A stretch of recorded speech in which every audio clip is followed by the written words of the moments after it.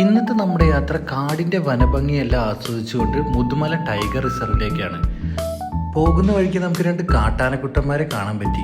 അവർ രണ്ടുപേരും അവിടെ ഇങ്ങനെ മേയുകയായിരുന്നു. അവർ നമ്മൾ ഉപദ്രവിക്കാൻ വന്നതൊന്നുമില്ല. നമ്മൾ വണ്ടി മെല്ലെ സ്ലോ ആക്കിയതിന് ശേഷം അവയെ കുറച്ചു നേരം വീക്ഷിച്ചു. പിന്നെയും യാത്ര തുടർന്നുകൊണ്ടേയിരുന്നു. ആ യാത്രയിൽ കുറച്ചുകൂടി മുന്നോട്ട് പോയപ്പോൾ നമുക്ക് കുറച്ച് മാനുകളെ കാണാൻ പറ്റി. അതുപോലെ തന്നെ ഒരു 3-4 മാനുകൾ ഉണ്ടായിരുന്നു, അതിലൂടെ മേയുന്നുണ്ടായിരുന്നു. അപ്പോൾ അവയെയും കണ്ട് നമ്മൾ മുതുമലയിലേക്ക് എത്തി.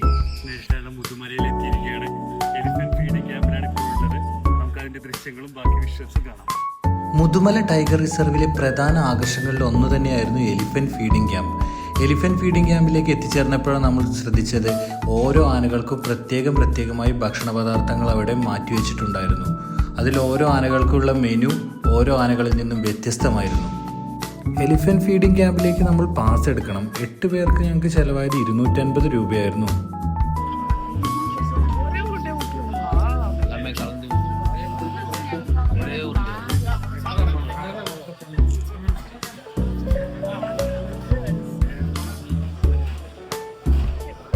അവിടെ ഫോറസ്റ്റ് ഉദ്യോഗസ്ഥർ അവിടുത്തെ സ്റ്റാഫുകൾക്കുള്ള നിർദ്ദേശങ്ങൾ നൽകിക്കൊണ്ടിരുന്നിരുന്നു. അതോടൊപ്പം തന്നെ ആനകളെ നമുക്ക് പുറകിലായി കാണാം. ടൈഗർ റിസർവുമായി ബന്ധപ്പെട്ട് ഒരു ആന പരിപാലന കേന്ദ്രം ഇവിടെ സ്ഥിതി ചെയ്യുന്നുണ്ട്. അവിടെ ആനകളെ പരിപാലിപ്പിക്കുന്നതും അവർക്ക് ഭക്ഷണം കൊടുക്കുന്നതും ധാരാളം കുങ്കി ആനകൾ വരെ ഇവിടെയുണ്ട്. അതിന്റെ വിശേഷങ്ങൾ നമുക്ക് കൂടുതലായി അറിയാം. കൃത്യം 6 മണിക്ക് തന്നെയാണ് ഇവിടെ എലിഫന്റ് ഫീഡിംഗ് ക്യാമ്പിൽ ആനകൾക്കുള്ള ഭക്ഷണം കൊടുക്കാൻ തുടങ്ങുന്നത്. അതിനു മുന്നേ ഓരോന്നോരോന്നായി എത്തുന്ന ആനകളെല്ലാം ഭക്ഷണത്തിനായി കാത്തു നിൽക്കുന്നതാണ് ഈ സമയം.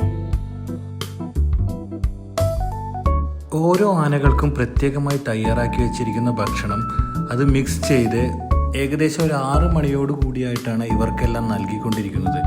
അപ്പോഴേക്ക് ഓരോ ആനകളും ഈ എലിഫന്റ് ഫീഡിംഗ് ക്യാമ്പിലേക്ക് എത്തുകയും അവയ്ക്ക് ഭക്ഷണം നൽകുകയും ചെയ്യുന്നു. കണ്ടു നിൽക്കുന്നവർക്ക് വളരെ രസകരമായ ഒരു അനുഭവമാണ് ആനകൾ ഇങ്ങനെ ഭക്ഷണം കഴിക്കുന്നത് കാണുവാൻ തന്നെ.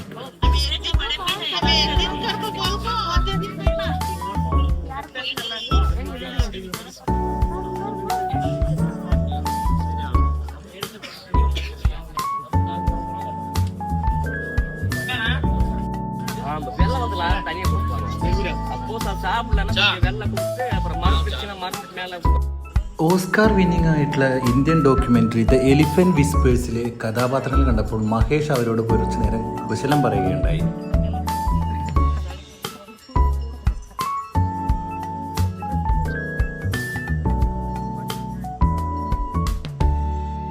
മുതുമല ടൈഗർ റിസർവ് ഇതുപോലുള്ള ഡോർമെട്രികൾ ധാരാളം അവൈലബിൾ ആണ്. അതും കാടിനുള്ളിൽ തന്നെ. നമുക്ക് വന്യമൃഗങ്ങളെ ധാരാളമായി കാണാമെന്നൊന്നും പറയാൻ പറ്റില്ല. ഓരോന്നും അതിൻ്റേതായുള്ള സമയമുണ്ട്. നമുക്ക് ഭാഗ്യമുണ്ടെങ്കിൽ നമുക്ക് കൂടുതലായി മൃഗങ്ങളെ കാണാൻ സാധിക്കും. നമുക്ക് അന്നേ ദിവസം ആനയെയും മാനുകളെയും മാത്രമേ കാണാൻ സാധിച്ചിരുന്നുള്ളൂ. എന്നാലും അത് നല്ലൊരു അനുഭവം തന്നെയായിരുന്നു. ആ ഒരു സ്റ്റേയും അതുപോലെ തന്നെ അതിനു ചുറ്റിപ്പറ്റിയുള്ള സ്ഥലങ്ങളും വളരെ നല്ലതായിരുന്നു.